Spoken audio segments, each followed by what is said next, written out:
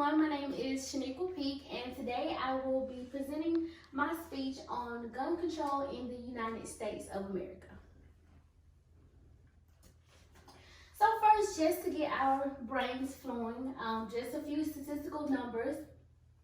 Did you know that roughly 16,459 murders were committed in the United States during the year of 2016, and of those, about 73% were committed with firearms. With nearly 400,000 gun crimes committed every year, the United States has the highest rate of firearm deaths, more than 30,000 each year, among the 25 high-income nations. Stronger and more effective gun control laws are needed to keep guns out of the wrong hands and to better protect the public. And that's the source that I use, that this information comes from. It's justfacts.com, the article titled Be Informed, Gun Control. So guns as they relate to crimes, murders, and shootings. Not having very strict gun control laws contributes to one of the biggest issues involving gun control, which is correlated to its effects on crimes and murder. So I did add in a little scenario here, which includes one major shooting that occurred at the Major Lee Stoneman Douglas High School, which was in Parkland, Florida. It happened about 2 years ago on February 14, 2018, where it resulted in 17 people being killed and nearly 14 others that suffered major injuries. The shooter was a 19-year-old former student. He went inside the school and opened fire with a semi-automatic rifle, and that gun was readily available to him in his home. Research showed that the gun was owned by one of his parents.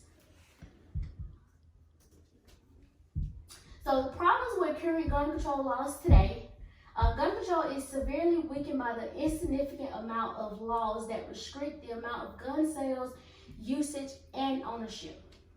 People such as minors, felons, and those that are mentally challenged are being made eligible to obtain a firearm either legally or illegally. So this goes back to the story that I mentioned in the previous slides. People that are mentally challenged, because research also showed that the shooter, he did have some mental issues that were going on with himself. And like I said, the gun was made readily available to him. And also having a gun in the possession significantly increases the risk of being killed. The main thing is a gun in the home doubles your risk of homicide and triples your risk of suicide. Goes right back to the story that I included in the previous slide. There was a gun or multiple guns inside of the home, and the shooter, like I said, the guns were available to him where he got the guns from his home. Also, the presence of gun increases the lethality of domestic violence.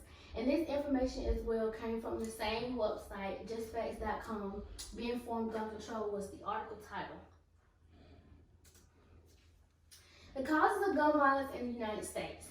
According to the Law Center to Prevent Gun Violence, states that only 13 states require a background check to be performed no matter how the gun is sold or what kind of gun it is. One major reason as to why guns are sold anonymously is due to the fact that most gun sellers that aren't licensed aren't required to perform a background check. So that basically states that most states, 13 as according to the Law Center to Prevent Gun Violence, only 13 states require background checks when you are purchasing guns. Also, guns can also be advertised and sold online, although by law, the actual sale of a firearm must be performed at a licensed brick and mortar store.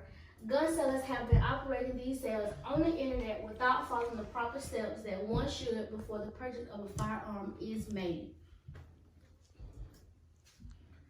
So some measures needed to help strengthen gun control laws. I feel as though requiring firearm buyers of all ages to obtain the proper license and registration of all purchases is absolutely necessary. Gun training is another big thing, because I feel as though there are a lot of owners of guns that have not received the proper training on how to shoot or handle a gun. Ensuring that background checks are applied to each and every gun sale is very essential and crucial as well. better regulating those who sell guns, so not only those who purchase the guns, but those who are selling the guns as well. And also raising awareness at a national level about the dangers guns pose on the everyday lives of Americans. So in conclusion, gun control laws helps to save lives. Sensible gun control laws can and have the ability to work. They don't harm citizens, however, they simply save lives. And just a closing thought, hundreds and thousands of individuals lose their lives every day due to guns being readily available to those that don't deserve to have them. Just think about how many lives can be saved if gun control laws are strengthened. So let's take a stand and get these preventative measures put into place so that the amount of gun violence in the United States can steadily decrease. And lastly, I included my bibliography page of all the sources that I used throughout my speech. Thank you so much. This concludes my speech, and I hope everyone enjoyed. Thank you.